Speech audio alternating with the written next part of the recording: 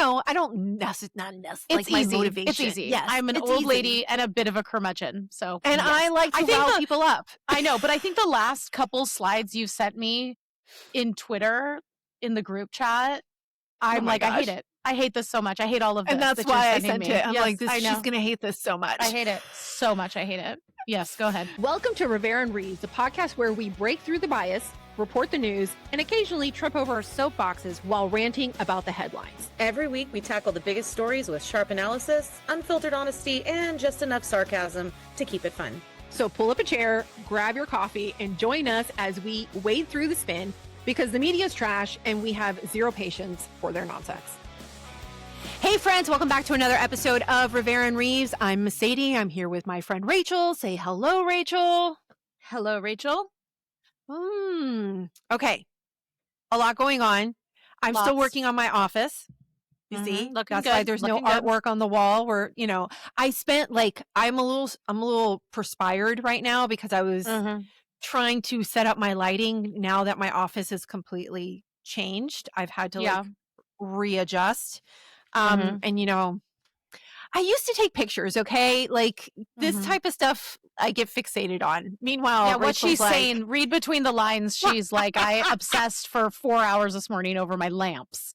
And what I'm here to tell you is 3 minutes before I'm due to be online, I walk through that door, flip on all this horrible overhead lighting, and leave the piles of books that you can see right here out for everybody to see. We are not the same. We are not the same. If it's not a representation of how it's perfect, we're different. Yep.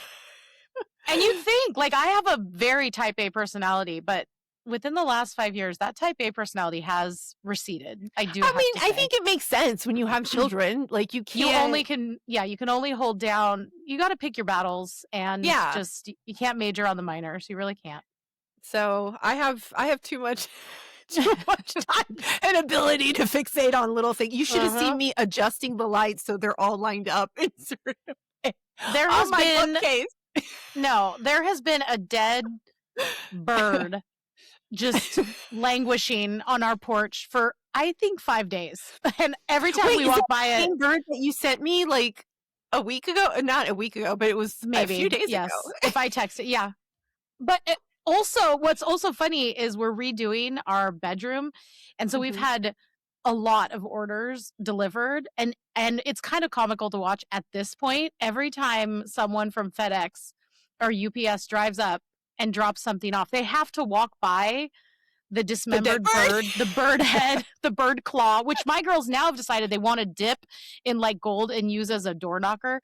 But anyways, they have to walk by it. And all of them have a different look wow, that's a dead bird. That's still there. They'll skirt around it and they'll kind of put the box up. They'll maybe kick it with their shoe because they have to put the box on the porch. It's where I'm at. It's where I'm at. Oh my goodness. Well, yep.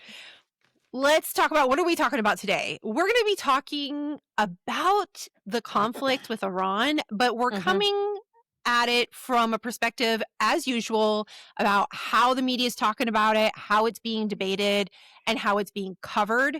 Not so much. I think we're going to have Amanda on periodically for an update of what is actually going on in the nitty gritty. It was actually kind of funny talking to her on the back channels because she was frustrated because she knew nothing about domestic, or knew little, I shouldn't say. We live in totally different worlds. Different planets. We're can you tell us what's happening in Iran? She's like, can you tell me what's happening in America? We're like, yes, we can fill you in if you fill us in. Yeah. So always find a friend, right? This is all about phoning a friend sometimes. We can't all know everything. Exactly. So, but before we get into today's episode, if this is your first time here, welcome. You have found your new favorite podcast. Make sure you hit that follow button wherever you are listening. We are on all major podcast apps. We are also on YouTube the next day, but our primary platform is Substack. And if you become a paying subscriber, you will get this episode with the video and the community and our monthly exclusive unfiltered live exclusively for paying subscribers. And this will come out the moment I hit send with no advertisements. If you want to listen to ads and only listen to our lovely voices, you will get it for free. But if you want to support us, please consider clicking the link in the show notes and becoming a paying subscriber. Also, even if like YouTube isn't like your jam, but you want to support us by proxy, please go over to our YouTube channel. The link is in the show notes and follow us because it helps the podcast grow, leaving reviews, sharing it with a friend. We're not, what's the word I'm looking for? We're not controversial enough or clickbaity enough for people to just, for us to game the algorithm. You know what I mean? Yeah. Which is why I think we're awesome. So, and that's why you should support us. It was like I shared in my stories, my Instagram stories yesterday of like what it's like not to be part of the podcast wars with the Amy Poehler, like I'm Amy too cool Poehler. for school. Oh yeah. Remember? Yep. So because I'm gonna stay out of it, but we are going to talk a little bit about, I guess, the king of the podcast war. I have no idea. Tucker Carlson is going to get mentioned today, but we're not going into the drama. We're just going into the narrative, okay? But before I get into today's episode, I do want to give some quick news mentions. So yesterday, it was announced that Suzy Wiles has been diagnosed with breast cancer. She is the White House Chief of Staff, in case you don't know. Are you a listener? If you don't know. But she says the prognosis is good, it's early, and she's going to continue and stay on as White House Chief of Staff while she undergoes treatment, and we'll be doing some stuff remotely. There was a debate or question of whether or not Trump was going to keep his summit with China, which was due to happen at the end of March. I think they said they're putting it off a little bit. Yeah, it's been put off, canceled. I don't know. It depends what kind of language you want to use. Basically, I mean, one of the things is that the president really wants it. I find this interesting. He's been advocating because there's the whole Strait of Hormuz situation, which is where most of the oil goes through coming out of Iran. And, you know, the president's trying to form a coalition to protect the Strait of Hormuz. Right. And he's actually wanted China to join in on this coalition, which I find very interesting. And so that was kind of part of the negotiation that came into whether or not he was going to go to the summit. Yeah. And I guess he's not going. Or it's like it's being put on pause, whatever that means. We'll see. It's the president. Who knows? He could change his mind like in 24 hours. Honestly, who knows? Over the weekend, there were U.S. strikes on Car Island. I may be mispronouncing that, but that is a small island 15 miles off the coast of Iran that handles 90% of Iran's crude oil exports. Trump ordered the strikes on Friday, spared the oil facilities, and he said that, hey, you know, if you act up or if you don't listen or if you don't negotiate with me, we might go ahead and just keep bombing it. Yeah. And then breaking news this morning when I woke up, so did you happen to see like about a week ago where there were some celebrations going on in Iran and there was a leader walking the streets kind of like showing like, hey, you know, everything's fine. No. Meanwhile, there was like bombs dropping in the background. No, I didn't see that. You didn't see that? I forget what the celebration was for. It was some kind of Muslim holiday or something, which is why I have no idea. But so that guy, who was the proxy president of Iran, dead. Yeah. Also, the head of their Badge regime, which is like a militia within Iran, that leader also dead. Apparently, both of them got taken out by Israeli strikes overnight. Okay. But yeah.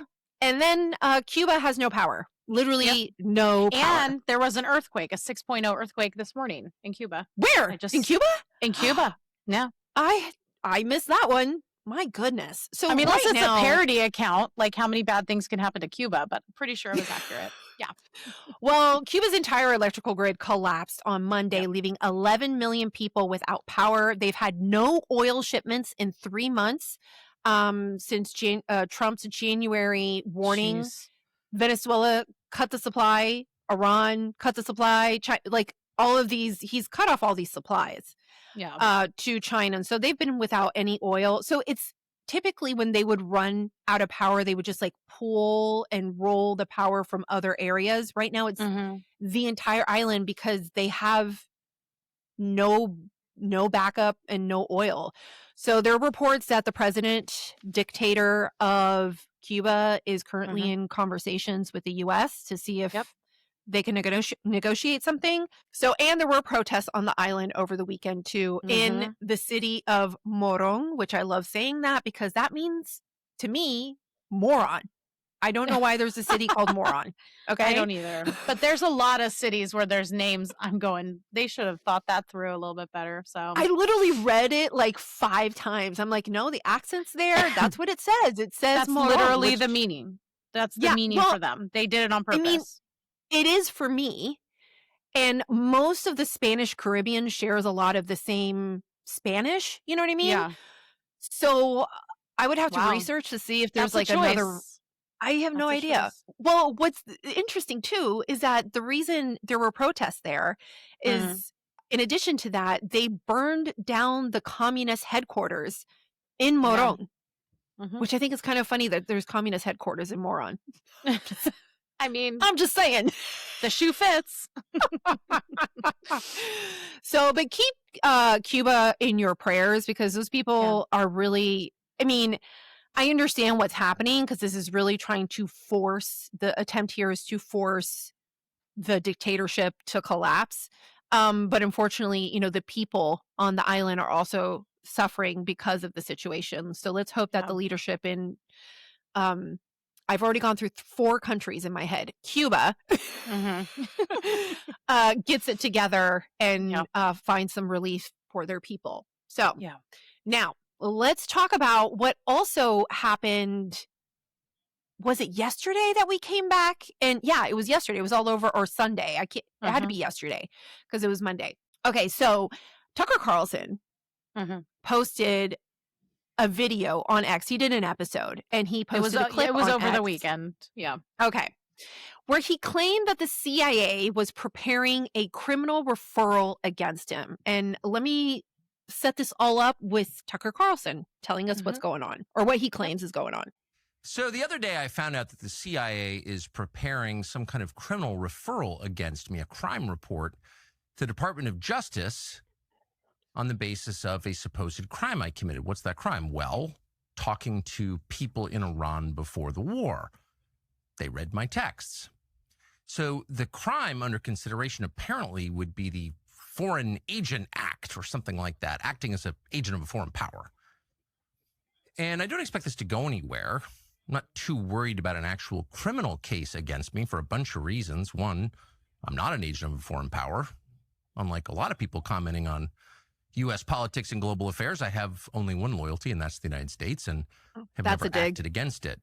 Its interests are the only interests I care about because I'm from here and I have a lot of kids. So that's not a concern. I've also never taken money from anybody. Don't need it, don't want it, and that's provable.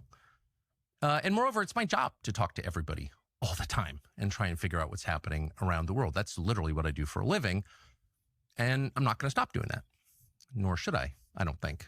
I'm also an American. I can talk to anybody. I have no secret.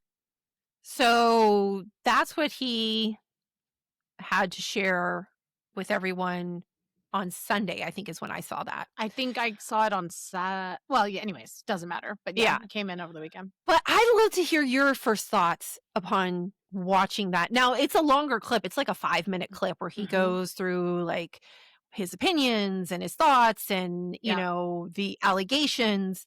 But what was your first thought when you saw that clip? I had 3 thoughts simultaneously, very short. First of all, I think it's interesting that Tucker would immediately, or that anybody would immediately think, oh, the CIA is spying exclusively on Tucker. Maybe they are, and I don't know.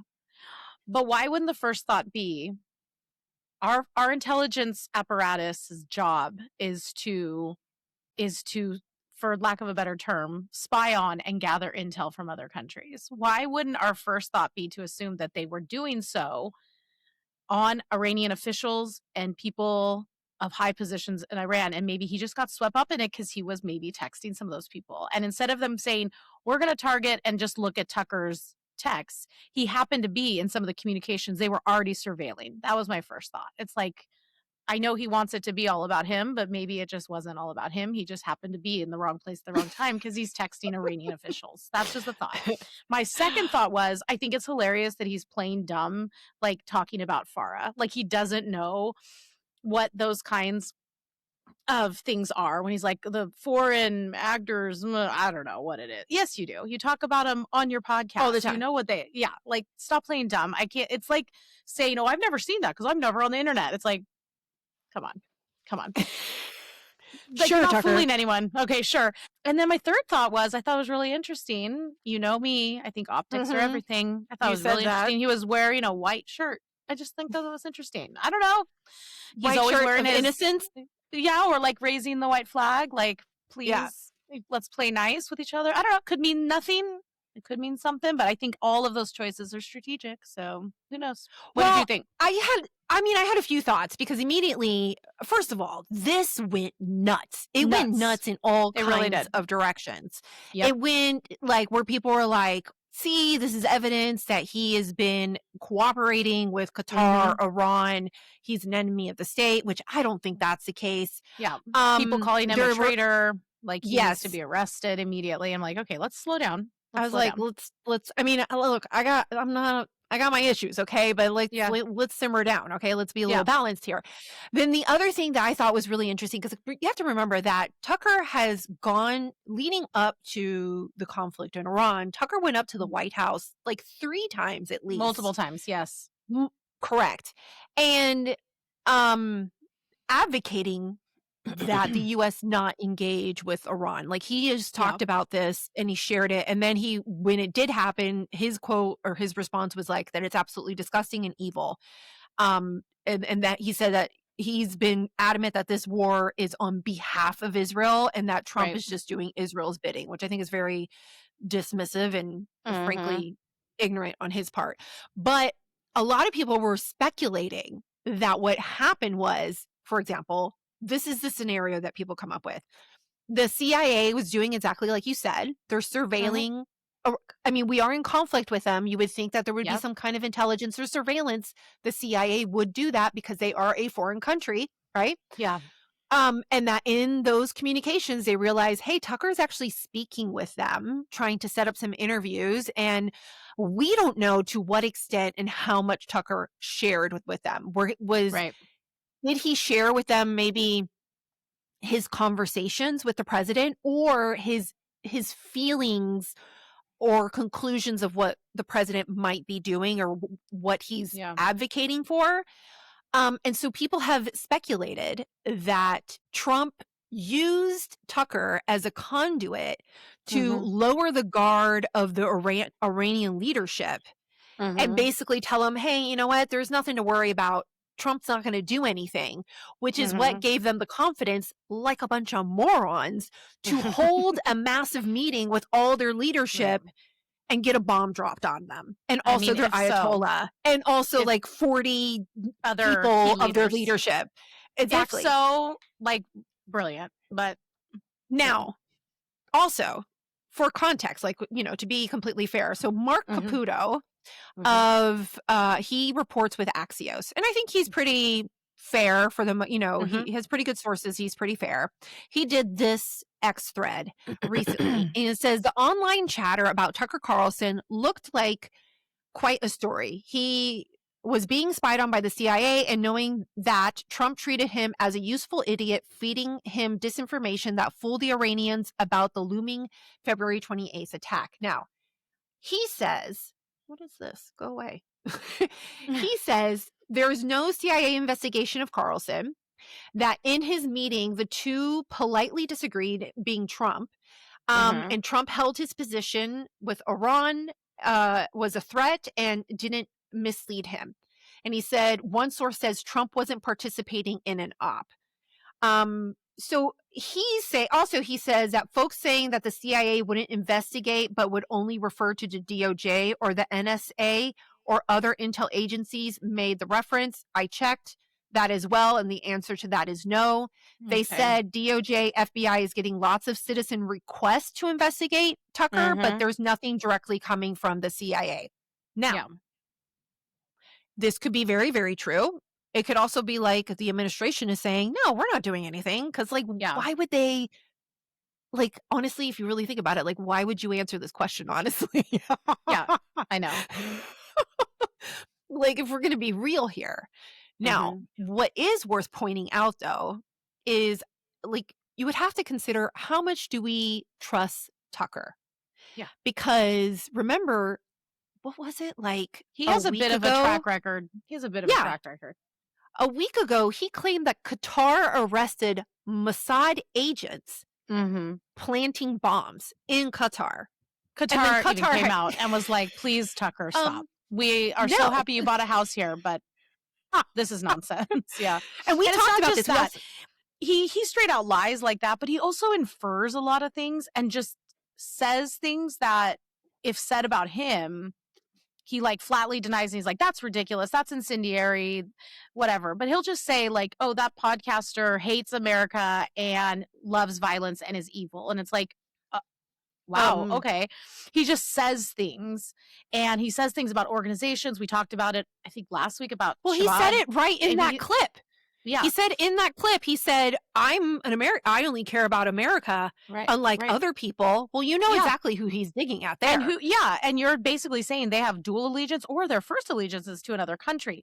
Those kinds of statements get said now all the time. When you have X, where people just go on there and pop off all the time and say really crazy things, but now we just read them and we're like, yeah, whatever. But if you actually think about the content, what they're saying, there's some really like awful rhetoric is being traded all the time, and he's a purveyor of that. And he, will come on every now and then and apologize for something he said, calling someone a name. Apologize is generous to way I know. Describe it. But he'll say like, I shouldn't have said that, but I'll probably do it again within the next 60 minutes. It's like, because I'm imperfect and blah, blah. Yeah. I'm like, dude, okay, well, you're not being professional and you're not being serious. So he has a track record of, bad information. Yeah, well, I don't know if you remember back in 2021, he made a very similar claim about the NSA. Yes. So I'm going to play that here for everyone. Let him tell you his concerns. Oh, no, wait, come back. Where'd you go? There we go. From a whistleblower within the U.S. government who reached out to warn us that the NSA, the National Security Agency, is monitoring our electronic communications and is planning to leak them in an attempt to take the show off the air. That was when he was with Fox News. And turned out Axios was like, okay, look, because regardless of where you stand, it would be incredibly problematic if our government was targeting journalists, even if you don't like them, to specifically to target them to, I don't know, like blackmail them or out them or, stifle their investigation. Okay. Yeah. That would be a violation of the First Amendment. But in 2001, when he made this claim of the NSA was reading his communications, this is when he was trying to set up an interview with Putin. Yes. And Axios reported that his communications got swept up via surveillance of Russian officials when he was trying to set up that interview. And of course he has sources. And so sources will tell him, hey, just so you know, the NSA picked up that you've been trying to set up an interview with Russia. Like like they know about it. And then he goes and he does an entire segment on Fox News. Is like, the NSA is spying on me to take me off the air. Now, this is 2021. So this is during Trump. No? Wait, no, this is during Biden. Yeah. So and now again, he's trying to set himself up as a victim of the administration attempting to take him down. Yeah. But he hasn't had the best track record, is the problem. And maybe just remember that when you're a high profile journalist trying to get inside of countries that we're either in conflict with or in discussions with or have been a longstanding frenemy, you're probably going to be picked up on surveillance. It's not all about you. Like, he knows how this works. His dad worked for the CIA. Like, this isn't, he's acting surprised by things he shouldn't be surprised. And he's not surprised by them. He's not as dumb as he likes to act like he is. He talks about it all the time. I'm not smart. I'm not the smartest. He just did a whole line of, that kind of thinking. I think yesterday with Pierce Morgan or the day before, he's like, look at all these idiots who went to Harvard, Ted Cruz and Bill Ackman and Ben Shapiro. You'd think that they would learn something. I didn't get into Harvard because I'm not smart. And it's like, it's very obvious what you're doing. It serves you well to act. Like it's always, doofus. Yeah, it's always like self-deprecating until he wants to be taken very seriously. You know, when it serves him, it's like, I'm not a genius. I'm not trying to do anything. I'm only an American asking questions. And so if you've worked as a journalist for this long, which he has, and if you had a dad that worked in intelligence and you know so many people in the White House and in the intelligence apparatus, like he talks about all the time, he always knows someone. Yeah, I was just talking with my friend on the phone the other way. Okay, you know all these people. You know how this world works. To think that they're uniquely spying on you, Tucker, and it's not just because you have Iranian officials on your speed dial. Come on. I'm sorry. You're like, bro, give me a break. Come on. Calm down. Come on. Okay. Come on. Also, I mean, the whole thing is just insane. And look, I get it, but I bring it up in the sense of you have to be weary of the way, like, listen to how people communicate. You can't just listen and take what they're saying at face value.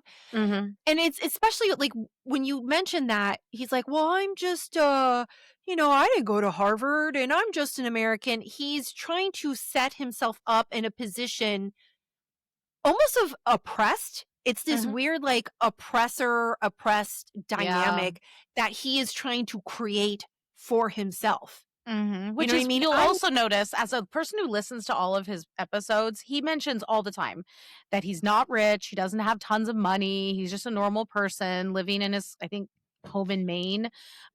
Never mind that he has multiple homes in America. He makes millions of dollars every year. He's one of the top podcasts in our country, if not the world, I think. He is not oppressed. He is extremely privileged, and he is free to go about his business and talk about all kinds of people. Exactly.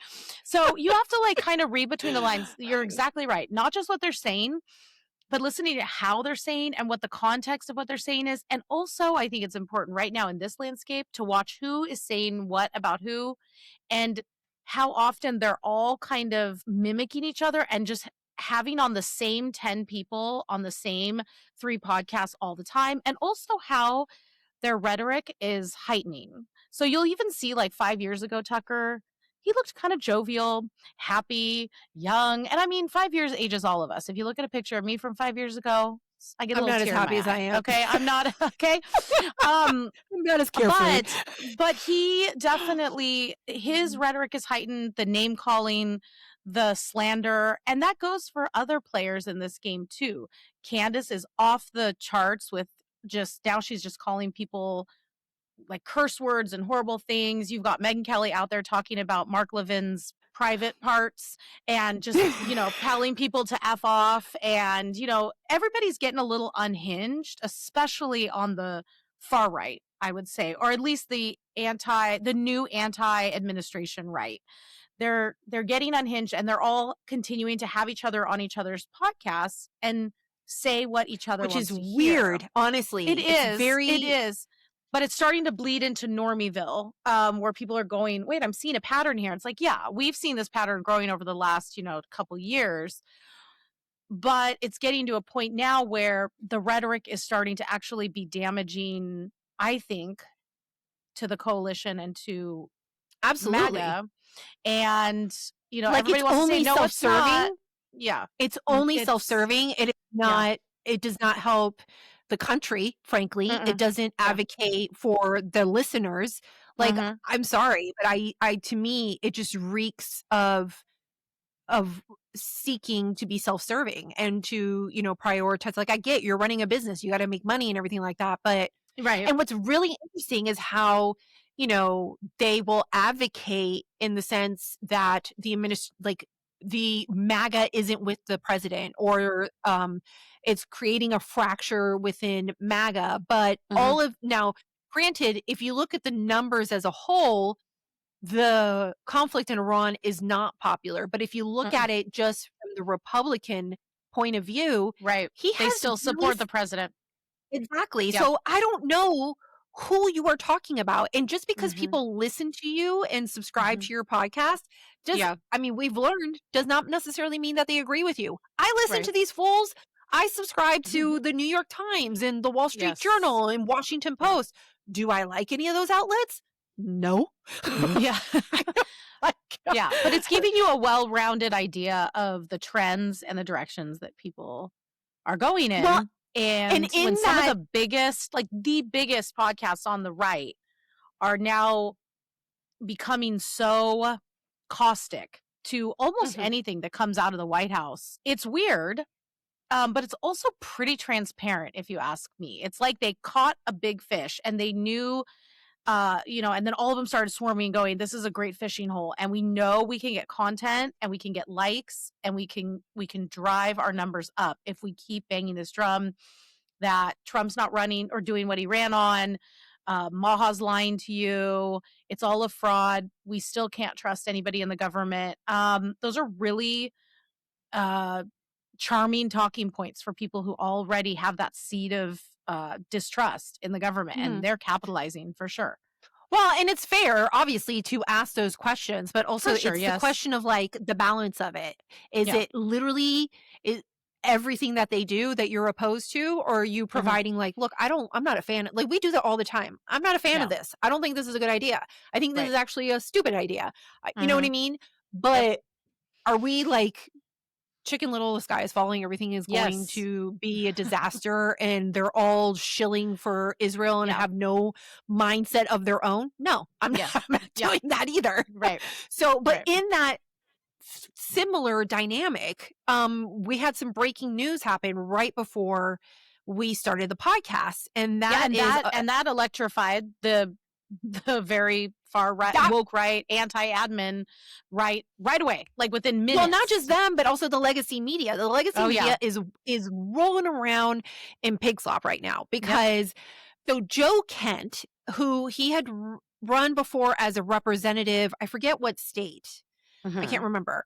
But Joe Kent has resigned as director of counterterrorism with the DNI under Tulsi Gabbard. And he put out a pretty scathing letter about his reasons for his resignation. Let me actually go ahead and pull it up here and give you, and actually I'm going to pull up. So there's two things. Joe Kent did his resignation, but also there's this very interesting breakdown of his resignation letter by Will Chamberlain that I want to pull up in the context of this. So Kent says, after much reflection, I have decided to resign from my position as director of the National Counterterrorism Center. Effective today, I cannot in good conscience support the ongoing war in Iran. Iran poses no imminent threat to our nation, and it is clear that we started this. And I'm like, oh, okay. So I want to go through some highlights of this letter. So this is Will Chamberlain, and he says Iran, and he's like, let me break this down. So for example, Iran posed no imminent threats to the United States. I don't really have to read too much into it because I think that's like an insane take. But he mentions neither did ISIS, and yet you applauded their defeat later on in your letter. So in the same letter, he applauded because Trump, remember, he did a strike, and then he also focused in, I forget the guy's name that he killed. Remember, he died like a dog guy? Yes. Oh my gosh, that was like a 40-minute monologue. They came in there. He died like a dog. He died like a dog. And I can't remember the dude's name. Oh my gosh. Yeah, it was incredible. I remember that speech. I'll never forget that speech. I think that's one of my favorites, quite honestly. Yeah. So Ken, in the same letter, lauds that and also Trump's actions on ISIS, which lasted far longer than we have done so far in Iran. Yes. Right. He goes, I support the values. This is a quote from the letter. I support the values and the foreign policies you campaigned on in 2016, 2020, and 2024, which you enacted in your first term. And then Chamberlain responds, those include repeated commitments to prevent Iran from getting a nuclear weapon. He has been saying this since the 1980s. He said it multiple times while he was campaigning. Another one that he mentions, I'm not going to go through all of them, but I thought this one was interesting. Early in this administration, high-ranking Israeli officials and influential members of the American media deployed a misinformation campaign that wholly undermined your America First platform and sowed pro-war sentiments to encourage a war with Iran. Now, Chamberlain, he responds with, source, I noticed a misinformation campaign going the other direction. From people like Tucker, you suggested 20,000 Americans would almost surely or certainly die if we knocked out the Iran nuclear facilities last June, which did not happen. So this is just his opinion and his conclusion. Now, some people might claim that because he's within this department, he might have some inside information. But he provides no evidence of that in his letter. Well, and in fact, I mean, intelligence officials are already saying that Joe Kent was not part of the planning of the Iran war or briefings. So, I mean, there's like, how much information did you have? To news reporters. So, like, he wasn't even in those. And they're also saying that it's not true, which is another rumor that's circulating online, that Tulsi Gabbard, you know, DNI, was asked by the White House to fire Kent. And they're saying that is not true. She was not asked to fire Kent. So, you know, all these things are starting to come out, but I would recommend everyone to go. I'm going to include that link to Chamberlain's thread because it goes a little further deep where he kind of breaks down the letter. Now, the responses from the administration have been interesting. I just saw this post from Jackie Heinrich. She is the White House correspondent with Fox News. And she says, senior admin officials say Joe Kent was a, quote, known leaker and was cut out of the POTUS intelligence briefing months ago. He has not been part of any Iran planning discussions and briefings at all, like you mentioned. Officials say that the White House told DNI Gabbard Kent should be fired for suspected leaks, but she never did. She never did. So, look, also, it's worth mentioning. So, Joe Kent got a lot of recognition for early on for his support of the president and also because of his story, because he's a veteran, but also his wife died during the war. His first wife. Yeah. Yes. And I think he was left widowed with 3 children, if I'm not mistaken. Yeah. Now, news to me this morning, but he has remarried and his new wife is a journalist with the Gray Zone. Tell them what the Gray Zone is, Mercedes. So Max Blumenthal is, I don't know, would it be fair to do a comparison Gray Zone versus like Intercept, kind of Glenn Greenwald type mindset, but a little bit more extreme? Yeah, just for the and more, I would say, edgelord, like on the end. Yeah. Like, I mean, very much, touts a lot of talking points of, I don't want to say being pro Hamas, but but definitely anti-Israel. Definitely, yes, anti-Israel, makes excuses for the Middle East. It's that kind of vibe, that kind of sentiment. Also, very isolationist. Which is, anti-war, but I think there's a big difference between anti-war and isolationist, you know? You can be, yes. And so to me, I would say that there's a conflict there, especially if it wouldn't be surprising that there would be headbutting or a conflict for Kent, considering his wife died in the first war, which he, even in this letter, he made defense, like, he actually, you know what? He made it sound like it was Israel's war, that Iraq was Israel's fault, that they dragged us into it, which is not accurate. It's kind of nuts. And you shared with me this clip from back in, it was 2 years ago. This is with Tucker Carlson when he had launched his show interviewing Joe Kent. And here they're talking the increased attacks after October 7th is what they're discussing in this clip. Now, let me share it with everyone. Today. So when you see all of this, and you hate to be cynical, but you really can't be too cynical when you're dealing with the war party in Washington. It did seem like a coordinated response very quickly, moments after the announcement of the tragic death of these American servicemen. What do you make of the response from both parties in Washington to the deaths yesterday? I mean, this whole thing, we've seen it coming, Tucker. We left our troops in these vulnerable locations, like on the Jordanian, Syrian, and Iraqi border. Our troops have been attacked, we think, at least 150 times since the October 7th incident began. And so we've seen this coming. This was an inevitable conclusion. So by leaving our troops in these locations, undefended essentially, we left them there as bait because so many people in Washington, D.C. want to go to war with Iran. They want to go to a war with Iran so badly that we will prop up the government of Iraq while the government of Iraq is completely controlled by Iran. We spend billions of dollars every single year funding, arming, training, and equipping the Iraqi government so they can turn around and support the exact same militias that just killed our troops. Biden said it himself in his statement. He accused Iranian-backed militants operating in Iraq and Syria of conducting this attack that killed the 3 Americans and wounded nearly 30 more. That is nothing short of saying the Popular Mobilization Forces, which is part of the Iraqi military that we support. So if you look at just the full scope of the way that we have arranged ourselves in the Middle East, who we're supporting and where our troops are, there's no other logical conclusion other than the fact that we have left them there as bait to be killed by Iranians at the time and place of their choosing so that we can continue to escalate towards a conflict with Iran. And like you said, there was a very coordinated series of talking points that came out almost immediately that we need to. That to me was an interesting clip because he's claiming that there was no imminent threat from Iran. But also 2 years ago, he's talking about how Iran is a threat to our soldiers and how it was the Biden administration's mismanagement of the situation that has left them there as sitting ducks and vulnerable.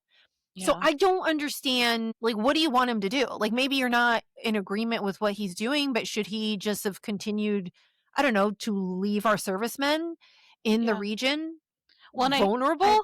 And there's if you're at all on X, you're going to see lots of these, hi, Joe Kent from 2 years ago, meet Joe Kent right now. And he's saying things that are diametrically opposed 2 years later. And that happens. People change their minds. They get into an administration and they realize they have fundamental differences, whatever.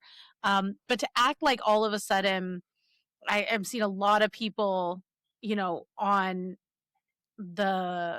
the left and the new woke right be like, this guy's a patriot. He's always been against this. He's always stood firm about no intervention and blah, blah. It's like, it's just simply not true. And also to the whole imminent threat thing, that word is getting used now, imminent threat, all the time, like obliterated was, for the last couple weeks. Still is. But, for someone like Joe Kent, who said even in the letter, he trusts President Trump, he loved his foreign policy in this administration, and he trusts, this war's been going on for 13 days now, 14 days. Yeah. If you do trust him, you could offer him a little bit more time and leeway, and also take into consideration the way this is being framed in the narrative that's being crafted about it. It's not all horrible, which is all that's being perpetuated by the negative media and the woke right media. And he's not being given any time or deference whatsoever, even by some of his supporters or ex-supporters. So it's just really interesting to me. I think that there's a lot of pieces of this. I did read an article that he actually was a registered Democrat until 2021. So, there's some interesting pieces here. This coalition that came in and got him elected, especially the second time around, there are multiple versions of Kent. Look at Tulsi Gabbard. Look at the president himself. He was a Democrat beforehand. Yeah. So, it's not I'm not shocked. And I think a lot of people need to come to a realization that what's considered colloquially, I'm mispronouncing that. Colloquially. Oh goodness. Okay. You know what I mean? Neocon. Like, yeah. you know what I mean? Because I mean, neocons are very I don't even open view to- someone like Lindsey Graham as a conservative. he's No, just a no, warmonger. he's a He just likes neocon. war. Yeah. He is the far right of neoconism. Like, Yeah, he's and way over I think there. there's degrees. There's like true Yeah. conservatism, which I think I would fall. I would put myself in that, which Yeah. has like a little bit of libertarian tendencies. But I don't want to like spend stupid amounts of money on government, and the neocon No. does, especially Yeah. when it comes to now Foreign conflict. yeah, exactly. So or just foreign involvement. There's just a lot of foreign involvement. correct. Versus like now you have this new group that's come in because of the coalition that the president created. That also, frankly, criticism is very open to like large government programs and funding. Like the president loves, he's like defending Social Security and he wants to give everybody and I'm like, no, dude, that is not your job. Stop it. Oh, I know. He was saying it like, we've got to make sure that this is always taken care of. I'm like, no, in fact, I think we should take it away completely. It needs to go away. Let's pay for IVF for everybody. No, please stop. Please stop. We have no money anymore. We are going bankrupt. We are actively in bankruptcy. Please stop. You have factions within the group, and I think, especially people who have come into politics in the last 10 years, their image of what a Republican is very different to what it was 30 years ago, much less, or so. So I just think it's interesting. And specifically, so I'm not necessarily surprised by Joe Kent's shift. I also think that the rise of a lot of these people came at a time where we could find unity because of COVID, because of the social media platforms attempting to silence people. Like, those are fundamental liberties that we all could get on board with. Right. And then it's like the little minutia that we start to disagree on. And I think, but for anybody to say that, I find it very interesting. Like you said, you had people that are like, meet Joe Kent then and now. The president has been consistent. He has been saying Iran can't have a nuclear weapon for a really long time. Yeah. He talked about that Qajar Island, which I know I'm mispronouncing, that they did the strikes over the weekend. Like, he was like, that should have been one of the first things that the Carter administration took out. Yeah. Like, this is not news. He's been consistent. Kent has not been. Yes. And why is that, is the question. Did he get new information, or is he allowing himself to be influenced? And I think it's really bizarre when you have people claiming that, almost like forgetting the previous Joe Kent. And I'm talking, I'm using him as an example broadly. Like, you forget conveniently things from the past in order to amplify your view of the current. Right now. Yeah. Yeah.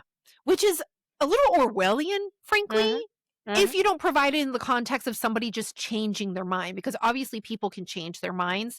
Yeah. But you just like conveniently say, oh no, they've always had that position. You're like, no, they haven't. Not often. No, there's very few people who you can go back and 20 years ago and they're still, banging the same drum. And not ironically, but surprisingly, Trump is pretty consistent about some things, like not just some, a lot of things. He's been saying the same thing. New ideas present themselves and he'll say, oh, I changed my mind a little bit, But on foreign policy, and especially on Iran, you go back. I mean, I watched that video from 80. I wasn't even born, and he was saying in his the same thing. Yeah. I was watching it on the big screen. The girls walked in. They're like, who's that? I'm like, that is your president. They're like, oh. And then he started talking. They're like, he sounds the same. But yeah, young Trump was saying the same gentle thing. Back then. He was. But yeah, he did. Nothing has changed. Yes. Well, it's true. Someone who, so I do want to talk about something that has changed, and I kind of want to figure out, maybe do like a thinking exercise as to like what is going on. I have my conclusions, but let's talk about the legacy media, okay? Because the way they are reporting on this conflict, because a lot of people want to make comparisons of Iran to Iraq, right?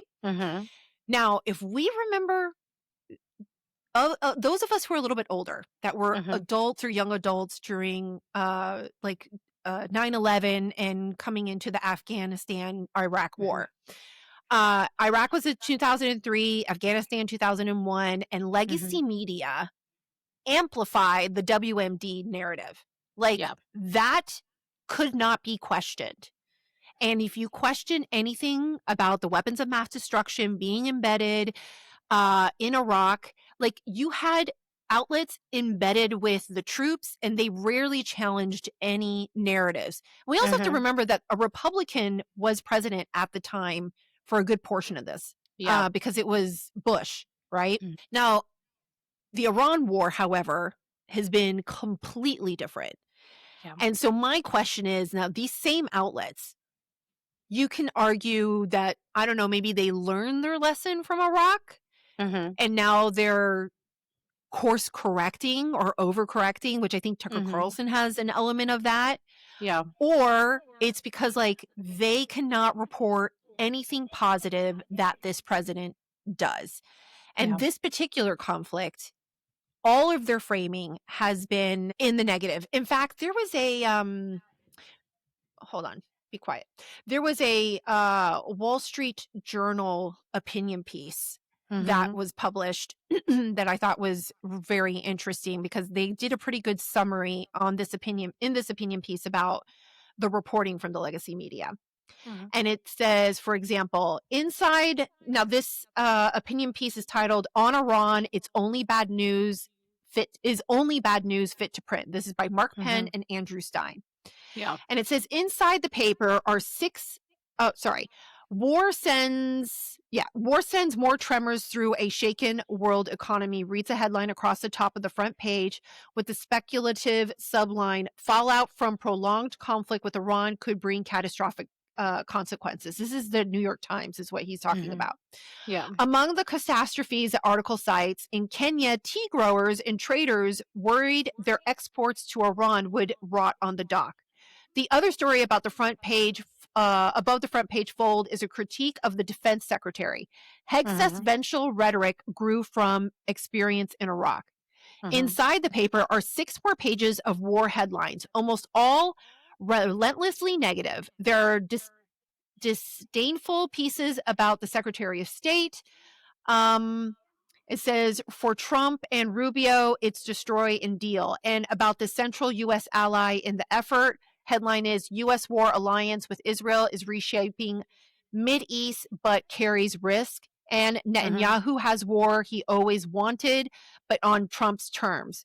And then economic gloom, a headline says, seized oil tankers are costing U.S. tens of millions and oil prices surge, rattling weak Pakistan economy. And it goes on and on. And so this entire article kind of breaks down how the focus is negative headlines. And what they don't talk about are the successes, I guess, that have happened in the span of these like 13, 14 days.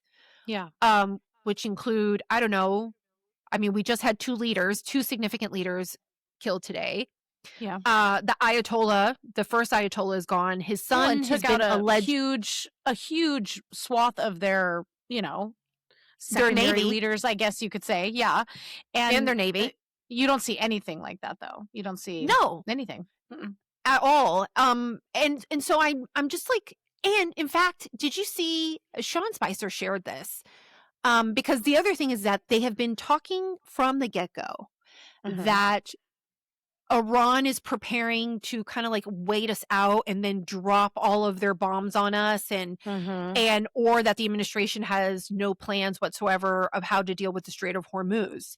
Or that's like the narrative is incompetence, indecision, and inability. And look, I get there's plenty of questions to ask of the administration.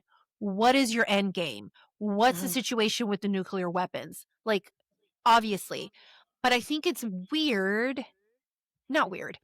I think it's clearly what's the word I'm looking for? Like, they have a narrative that they want to push that the administration is due for failure. And it's almost weird because it's like they're rooting against the success of the United States. Like, well, and of course they are. They just they wouldn't phrase it like that. They're rooting against the success of the United States in this particular mission because it totally hinges on something that Trump wanted. If Trump chose it, they don't want it, no matter how it might positively benefit us as a nation. So in effect, they are rooting against the United States, because if the mission fails, that means Donald Trump fails. And then, Yeah. Down the line, that means he'll lose the midterms or, chances of 2028. So yeah, I mean, I don't think it's far-fetched to say they hope the US fails in this attempt, because they can say they don't agree with it, with Iran, with the war. I don't think tons of people who are normies that are coming out now and saying they oppose the war in Iran, I don't think that they're necessarily like foreign policy experts and they understand why they oppose Iran. They just oppose Donald Trump and anything the administration does. Well, it was actually kind of crazy because Chuck Schumer, a lot of the Democrats have been coming out and they're being featured on CNN and MSNBC talking about how either the president has no plan, he doesn't know what he's doing. And one of the most insane takes was from Schumer talking about the military leadership.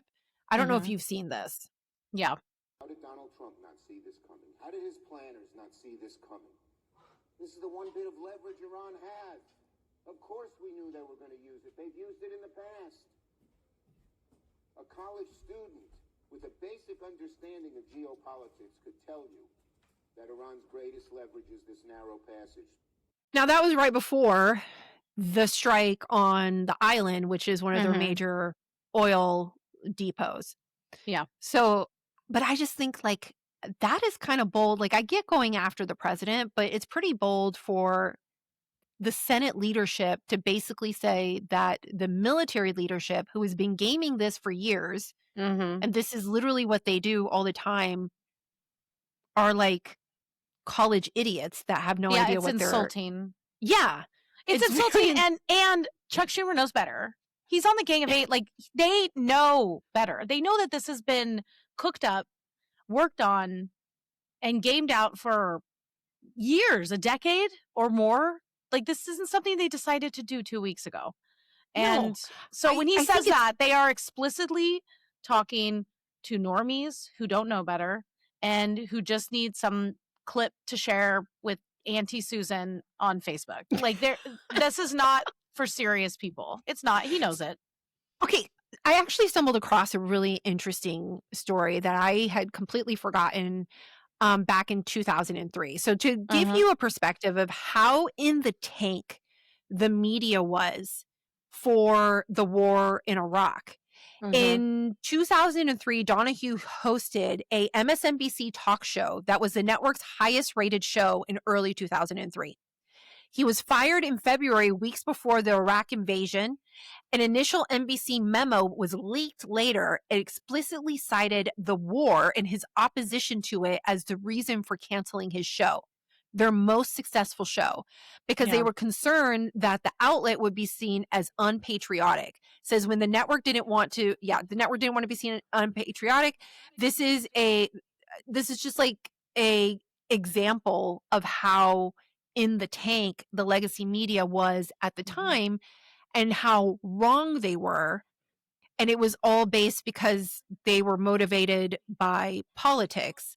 And so it makes me wonder, like, are they repeating that same mistake this time, but in the other direction? Because if they were being like fair, they would be like, look, we have concerns here because these people are being affected. Like, I don't know, like the tea growers in wherever the heck they mentioned, Kenya. Yeah. But also, how about some acknowledgement about this is kind of like a pretty big operation. It's been really successful in the last 14 years. And here's an aspect that I thought of with my own little 2 brain cells. Do say. Well, okay, so I'm thinking about the whole Strait of Hormuz situation. Okay, and Schumer saying like this administration didn't think about anything and didn't plan for everything or anything. Well, how does Venezuela play into this? Good question. Because if you think about it, Venezuela happened before we did anything with Iran. It set, in fact, it has set the stage, because even though like it was estimated that when the strait was going to be affected, that the oil barrels would shoot up to $200 a barrel. Right now, they're still sitting under 100. They're up, obviously, but they're sitting under $100. I think they're sitting around $90 right now. And a lot of people are acknowledging, look, it has not gone up nearly as significantly as we expected it to. Right. Because we, the United States of America, has access to oil, because the president has opened up drilling here domestically. And there's that whole situation in Venezuela where, I mean, the energy secretary was just down there and Delcy Rodriguez and him were like shaking hands and doing deals for us to have access to Venezuelan oil. And the embassy just opened up, what, like 7 years to the day after it had been shut down? Yeah. But again, this is assuming that normies are going to like reflect back a few weeks ago, or even people in the news. People in the news aren't talking about this. They're just not, because again, that would take work. It would take transparency, and it would take them being honest. Like, not everything that the opposing side does is horrible. And that requires honest reporting. It requires, departing from your talking points and the people who disagree with you or agree with you. And that's just something that people are so riddled with, hatred for this administration, for this man. And I hate I don't like to keep going back to that, but I can see no other reason why people wouldn't want America to succeed at what it does. And they would completely ignore positive movement, even if it's not necessarily the foreign intervention that you would select if you were the sitting president. And I'm just watching all these talking heads completely ignore the actual truth of Iran's interaction with terrorism around the entire world. And they're like, well, it wasn't an imminent threat. And it's like, well, do you want us to wait until it is actually imminent and right here in our own country? Because it already kind of is.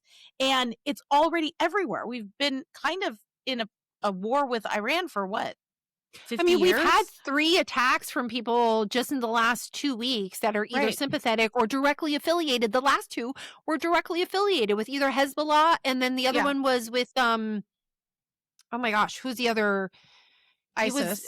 Yes. So no, but they're just going to say that's normal. That's not really the same thing. Well, I don't know an argument. I can't argue with those people because I think that they're mind trapped with either the new woke talking points that this is not in America's best interests and we don't need to be involved in foreign wars and this is going to turn into Iraq. I can't argue with that because those aren't well, they're emotional based arguments is what they are. Yes, thank you. Thank you. And those are always the most difficult to engage with. And then when you point that out, you're pointed out as like being a lacking of compassion or, your cruelty is the point or a loyalist to Donald Trump. And it's like, have you met me? No, I am not. Have we had enough discussions about this? Right. Okay. So I want to go ahead and wrap us up, but I'm going to wrap us up with a story and a clip that's probably going to annoy you, but it's going to be good. Yes. Okay. Then I have a question at the very end. At the very end. You like annoying me? That's your very favorite? Well, I like the response that we get. I mean, it's, I don't necessarily, it's my easy. motivation. It's easy. Yes, I'm an old lady and a bit of a curmudgeon. So, and I like to rile people up. I know, but I think the last couple slides you've sent me in Twitter, in the group chat, I'm I hate it. I hate this so much. I hate all of this. And that's why I sent it. I'm like, she's going to hate this so much. I hate it so much. I hate it. Yes, go ahead. Okay. So, update on the Iranian women's soccer players, which is unfortunate. Okay. So initially 7 members of the Iranian soccer team, we had talked about this, had sought asylum in Australia. Well, now an additional 5, I believe. I think it's been a total of 5 have decided to return. And so now only 2 remain. Yes. Only 2 remain currently in Australia, and their names, identities, like they're being kept on lockdown. And the reports are that the women are getting news information that their families are being threatened in Iran. They've either been being held for questioning, or they have disappeared, or they can't contact them. Yep. And this isn't like the first time. Like a lot of people think generally, like, they have an idea like Iran's an oppressive regime and that these women would be at risk. And I went and I looked up any past history. And so exiled Iranian player Shiva Amini said that the threats against their families became unbearable and the intimidation was relentless. And so ultimately she decided to, she was the last one to want to return. But I have here in my notes. Okay. So for historical precedent, wrestler Naveed Akif was executed in 2020 after protests despite an international campaign, including a direct appeal from Trump. Also, boxer Mohammed Havid, I'm not going to pronounce the rest of his name, I'm sorry, has been on death row since 2020. And then the regime's willingness to execute athletes who embarrass it is their practice. The point being that this isn't the first time, and that even the Human Rights Watch and Amnesty International has talked about how the regime uses mechanisms of questioning families, of holding. So what they want, this is what this regime wants. They're threatening the families to then entice the women to come back. So then they can hold the women in prison, either on death row or up for execution. I don't know how effective that will be currently in the conflict.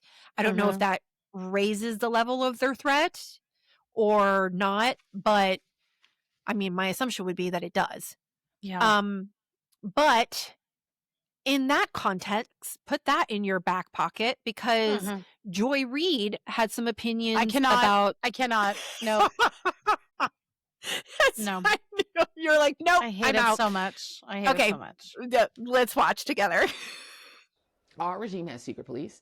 They have secret police. Our regime is oppressing women, taking away abortion rights, taking away women's rights in like 26 states, some states where they're trying to have the death penalty for having an abortion. They also oppress women. They have the highest rate of women who are in STEM careers. We're kicking women out of the military, out of university. We're saying that DEI means women can't be hired for high positions in the sciences. We're marginally better. And we're doing it for Christianity, they're doing it for Islam, right? Yeah. So it's like we don't get told those things because it would take away the kind of American exceptionalism narrative. If you guys could only see her face right now. Everything she said. What? Go ahead. I said we are marginally better, Rachel. No, everything she said is stupid and wrong. And that's just the case. Women are not oppressed in our country. Women can abort and kill their babies in every single state. So stop that. DEI is not telling women they cannot rise to the highest powers in different companies and organizations. Get out of here. Okay, you're not being oppressed. You're not. Also, you are not. No, you are the perfect example of non-oppressive. Okay, you have had a voluminous career saying ridiculous things. Okay, and just you have stupid things. You have persevered. You're fine, Joy Reid, but that is just a stupid thing. Those are dumb things to say. And again, they have it on the left, and we have stupid stuff being said on the right, and they get together with their friends, and it's like they all self-reinforce each other and talk about how smart and enlightened they are. And all of us over here are like, what are you talking about? Iran is like America. It's marginally better. Go to Iran then, Joy. Go move over there. But you want to stay here because you know everything you say is a lie. It just gets you clicks. It's a lot. Come on. Nobody takes her. I don't even think the interviewer takes her seriously. Because if you're going to say that America's only marginally better than Iran, that guy sitting there is like, bro, like, no, Joy. No, but you don't want to make Joy mad. She's angry. She's sad inside. Everything she said was stupid. So no. And this, my friends, is why I love to play these clips, because Rachel is now Iran is only marginally better. Yeah. Then why is everybody in the Middle East trying to move here? Okay. We are the freest, most wonderful country in the entire world. Nobody is in America going, maybe I should move to Iran. Maybe I'll move there. No. But everybody over there is like, let's go to America because it's the best. Get out, Joy. Well, and they either want to come here because it's the best, or they want to come here because they want to take us out. Like, it's I mean, there's just two options. Joy. And then for her to say that we're doing it for Christianity and they're doing it for Islam, I'm like, they literally have a theocracy. Yeah. Okay. Like, yeah, she just hates it that we're a Christian nation. She does hate it that that's where we started. She hates it. She hates it so much. She has so much contempt for Christians, even though she talks about how she's a Christian. I'm like, okay. Okay. Yeah, just like Don Lemon talks about it. Yeah, and they're all okay, Christians. whatever. In name only. Bye. Yeah. Bye. Yes. Okay, fine. Sit It's down. my turn. I'm going to make it happy now. Jeez. Okay. Oh, well, speaking of this, though, have you watched the show Tehran? I have started watching it. Yes. I just It's have really to good. like, it is very good. good. It but is very good. requires And sitting it requires down you and paying watching attention. it. Yes. Because yeah, you have to it's pay attention. a lot of it. Yeah. A lot of it's in Farsi. And so you have to like read subtitles. And it's fast moving, but it's got a great cast. It gets better. And I need to investigate it. But did you hear that the producer was killed? No. I think it's the producer or the director. Yeah, just recently. Okay. I need a, okay. I'm interested in that. Yeah. And then recently I just like did a little throwback because it was kind of, it happened to be, I think, like suggested on Netflix, which I think is weird. But do you remember Not Without My Daughter with Sally Field? Yes. Absolutely. It's like pretty relevant right now. Great movie, by the way. Yeah. And I was just like, oh, okay. And then I remember it coming out. And I remember watching it. I mean, this has to be like 25 years Share old. the premise for those of us who don't know. It's an American Christian woman, or I mean, like culturally Christian or whatever. Christianese, yeah. She wears a Christian cross, which so do I, but like, I mean, that's how they're portraying her. Marries a Muslim from Iran, and he tricks her into taking her daughter and her on a trip, which he promises is only for 2 weeks, just to see the parents. And she's like, I don't want to. It's dangerous right now. We should look it up like what year in it was early made. 90s. I think it was, it was 30, 35 years ago that when it was made. Yeah. He tricks her into getting her and her daughter there just to visit his family for 2 weeks. And she did not want to go. She was like fighting him. It's dangerous there right now. I don't want to be there. And he's like, no, it's going to be safe. We're going to be with my family. And then once they're there, he totally flips and is like, we're staying here forever.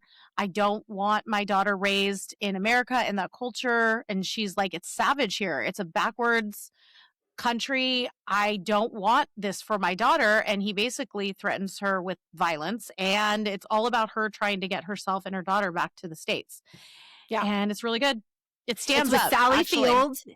And the husband is Albert Mora, I think is he's good. He's really good in it. Yeah. She was excellent. It's a really good movie. I actually saw it not too long ago. I mean, before the Iran conflict and everything, but I saw it not too long ago. I actually watched a documentary over the weekend, The Terminator. I rewatched The Terminator. The Arnold Schwarzenegger? So you're making a joke. I get it. Okay, I see what you did there. You're like, what? I'm all, is this new? What's it about? It's about robots? No. I rewatched the original I've Terminator. never seen it. I've never seen it. What? It's Have you watched the second one? I've watched 0 ones. Like, why would I watch the second if I hadn't watched the first? Well, because this, I mean, depending, like, for being our age, our demographic, the second one is the Terminator movie because it's with Edward Furlong, and I don't even know what you're talking about. No. For reference, I just watched The Matrix for the first time like a year ago. I can't. Why? How am I friends with you? I can't. I don't know. My husband was like, you need to watch The Matrix. This is embarrassing. And so I watched it and I was like, this is what we're living in right now. I am we going are in to The Matrix. text him and immediately be like, you have to do a Terminator marathon. But only the first 2. You don't have to watch any of the other ones because it went on, and only the first 2 are good. Everything else is just like noise or whatever. Okay, I've never seen it. And I also want everyone to come into the comments and shame Rachel for never having watched the Terminator. I'm sorry. It's just not I don't do sci-fi. I don't do anything like that. But it's not just sci-fi. It's action. Yeah, it's Arnold Schwarzenegger. It's 80s, 90s cheese. Like, I know. It's just never. Those are my favorite. The action movies from the 80s and 90s. I've seen those types of movies, like Hunt for Red October and stuff like that. I watched those. Okay, I'm talking about like Total Recall, for example. No, never seen it. No. Oh my gosh, that's it. I gotta go. No, I have a question. Oh, I thought you asked your question. No, I didn't. I was just informing you of films you need to watch. Did you know that today is St. Patrick's Day? What are you eating for dinner tonight? I have not thought about it. Did you not all. even know that today was St. Patrick's Day? I didn't know today was St. Patrick's Day, but you have to understand that there's only 2 holidays that I will go out of my way for, and that is Christmas and Thanksgiving and Easter. That's it. Easter.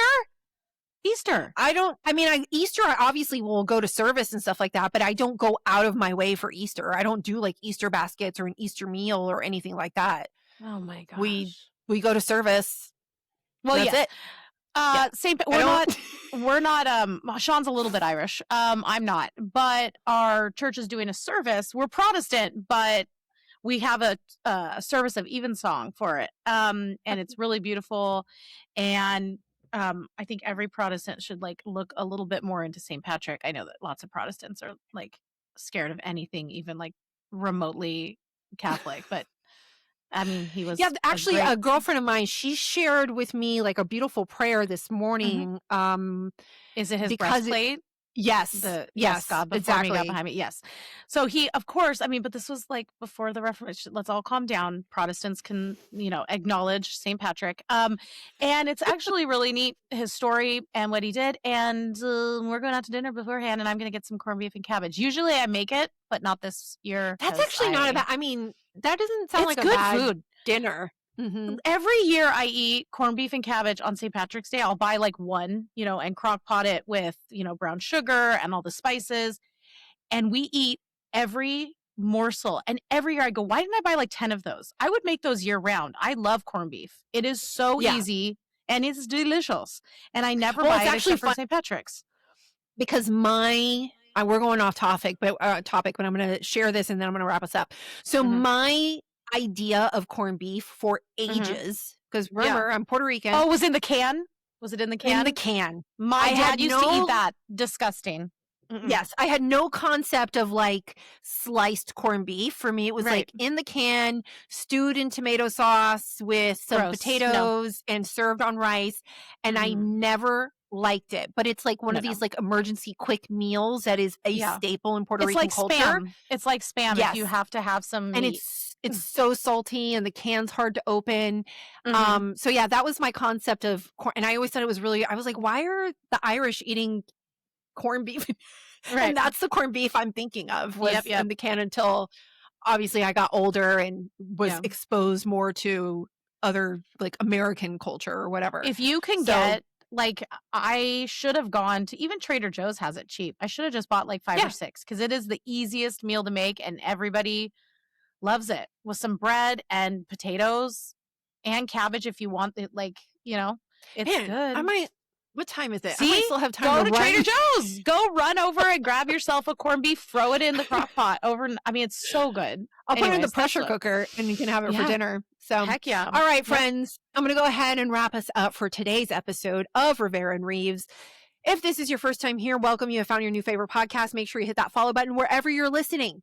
Okay.